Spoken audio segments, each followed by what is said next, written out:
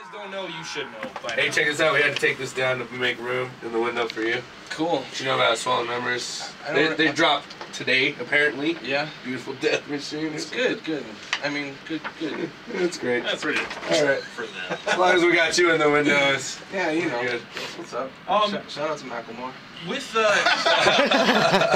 nosebleed right now. Yes. Oh, aneurysm. With the videos we were talking about before with Mason and everything, one of the newest videos, the "Which Side Are You On" video, is incredible to me. And this, people that are battling me soon, you can use this as ammunition. I don't care. My father is actually gay. He came out when I was 13. Word. So when just your whole tour, people that are gonna battle me soon. Here you go. Yeah. Yeah, we have. I hope my favorite. We have the AHAT battles coming up. You have to love the battle rap scene. Right? So I got a battle in May, so whatever. Bring it. I don't care. Undefeated. Word. Anyway, but with this, you're very, very conscious about human rights, and this video to me, especially with the whole Busta Rhymes segment, and kind of how it's being viewed by some of the more mainstream artists, and how it's just it was not tolerated by some of these mainstream artists, and it's ridiculous, and it really struck a chord with me, and I was really taken aback by it. I really appreciated what you did with that because of my love for my dad and everything else. He's a performer, and it's just word. I was really glad you did that, dude. Thank you, man. Yeah, that song is a funny one, man. The song that it sampled, which is "Which Side Are You On" by Pete Seeger. Yeah. I had that track for years, like maybe 5 years, and I always knew that it was going to be a really great rap song, just because the chorus is so, like, the first time you hear it, the crowd is chanting it with you, and it's like haunting and strong in all the right ways. And I had it for years and years, and I didn't make that song for about 5 years because I didn't feel like prepared to, because those words are like, just the words in that chorus, "Which side are you on?" are really powerful on their own, and so to address that as a songwriter was like, you better really come correct, and you better really like lay everything out very clearly, and in terms of where you stand, and be careful about what you say, like to not sound preachy, to not sound that song could have gone wrong in a lot of ways, and I'm glad that it didn't. Well, not only did it not in terms of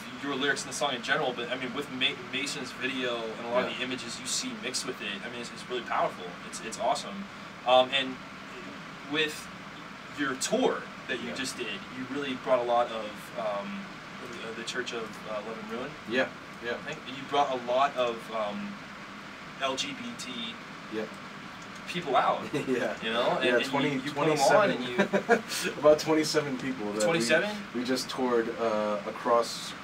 We first toured across the East Coast, and then had the brilliant idea of taking that to England, where we got 27 people in 3 vehicles. Wow.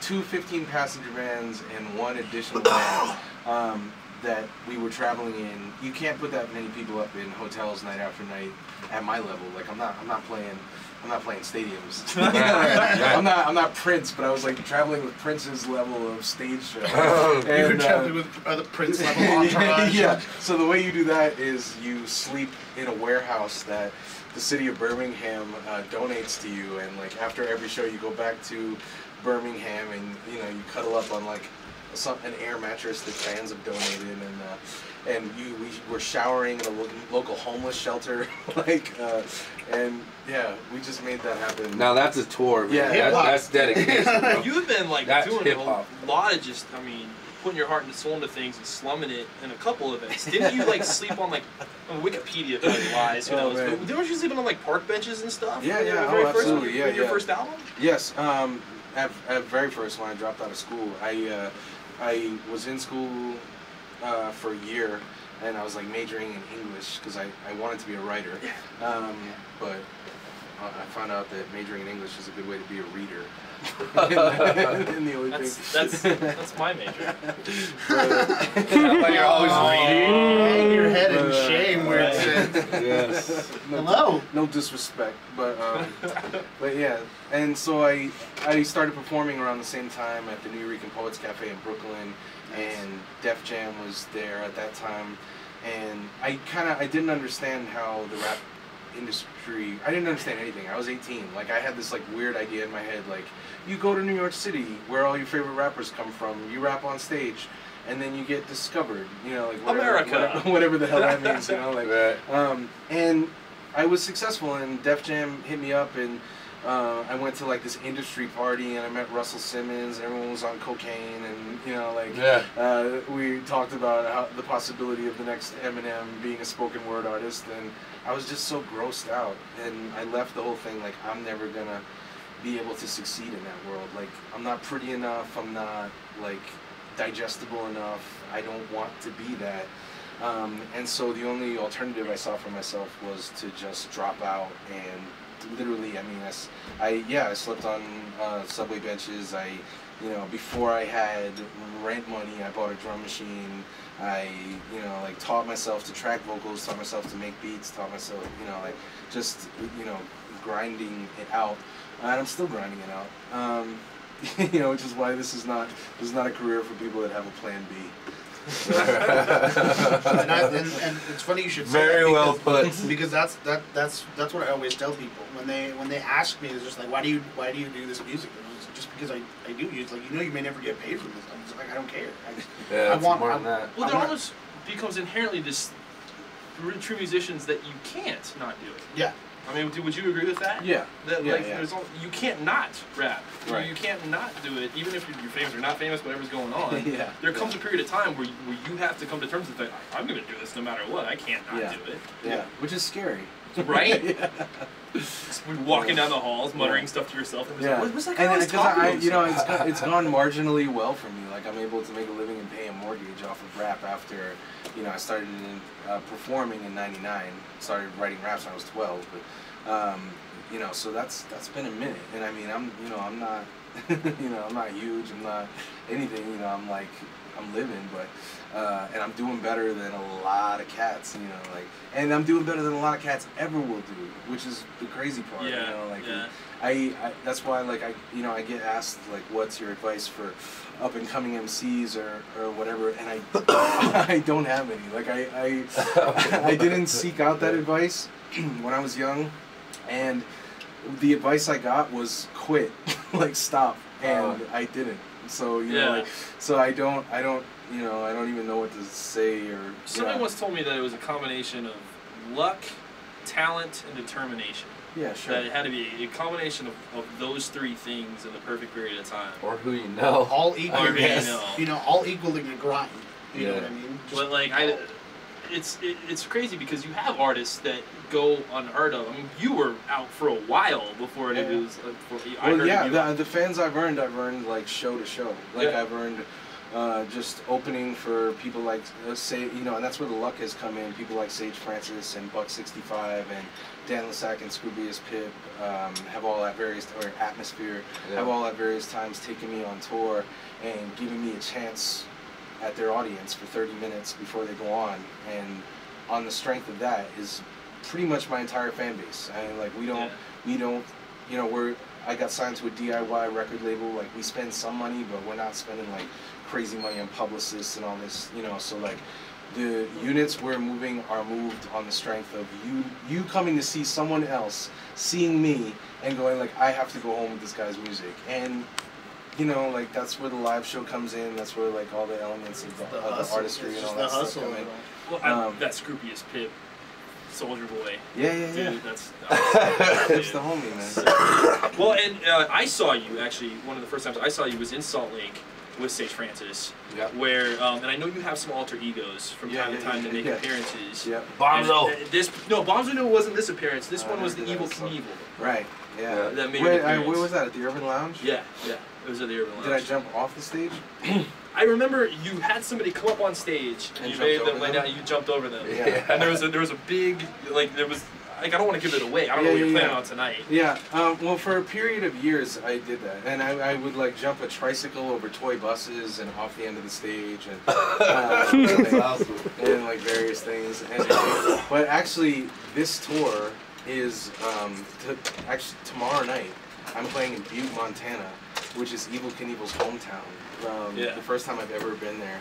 I've driven by it. We played Missoula before, and I was just happened to be out here just seeing who was out there, you know, that might want to put together a show. And these dudes in Butte hit me up, and yeah, I'm playing the Silver Dollar Saloon for a $5 ticket in Butte, Montana on a Wednesday night, and I could not be more excited. Is this the first time you've been to Butte? Yeah, yeah. Okay. I mean, I've driven past it and looked at it and been like, damn. And I've also read things about it just from like my research about Evel Knievel. Yeah. I'm expecting, you know. And I mean, obviously, there's no way I can be disappointed. Yeah, you won't. Yeah, you won't. Something will happen. Do you have anything special planned for that show in particular, just for that show? Yes, I do. Can you share any with us? I have the suit with me, and I'm gonna go. I'm gonna go full Evel with you tomorrow. My bladder's gonna be empty. But I'm gonna do a little preview of that tonight too in Logan, and I've kind of like developed a special set with that in mind. That stop in mind, yeah. So did you guys hear that? Come out to this event tonight at White Sound and come check out B.Dloan. He's got something special. Hey, I know spring break was last week, and you made bad decisions, but come make some more bad decisions. What's the worst? You've already screwed up. You've already let your parents down. You're already wasting their money, basically. So you don't know what you're doing. Exactly. You know, and realistically, you're not going to figure out what you're doing this week.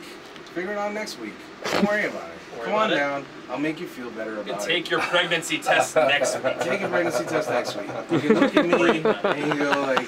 And remember, we will remind you because we have a show every week. So please take your test. Why does it have a beard? We don't know. It's so beautiful. Yeah.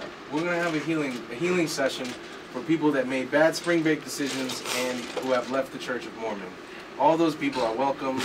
We're going to have a healing circle. And if you haven't and just want to peruse, why sound? Where? Why sound? Where? Why sound? 50 out of 150? 30. 130. No, 30. 17. 30 We're just gonna say numbers. 30 Federal Avenue. 11. In Logan. 30. You know where Y Sound is. This is not San Francisco. Right. You all know where it is. I know it as across the street from Mulligan's Bar. Mulligan's Bar. That's how I know it. Mulligan's Bar. Can we talk about Mulligan's Bar? About it. Yeah. Mulligan's Bar. The door is a piece of plywood. And that's beautiful. And I like that that's a dive. The doorman is a piece of plywood. They let you know right up front. Like, don't expect anything when you walk in this place. Doorman burns you with a cigarette once you walk in, just to make sure you know where you are. Yeah. We're gonna have fun tonight. Come see us. Do we have some B.Dloan that we can play? Yeah, we do. I'm here. Why are you gonna play my music? No, we got I want some live. I want live too, dude. Let me just perform. Just be should I just throw us on? Yeah. Oh damn. Oh Jesus. Oh, is that? Fix that. I hope that's not happening on the instrument. Should we play something else and then figure this out? Yep. We can do that real quick. Yep. Ladies and gentlemen, we'll be right back. We're gonna play a little side song. Hey. What's up? Hello? Hi out there. Come back. You are no window absolutely love. We got no window. We're not getting any window love. We're usually chock full of window love. All right, yo, so check it out. We just met up with Pigeon John a while back, so we're going to play one of his tracks. Here you go. Gangster, so damn gangster.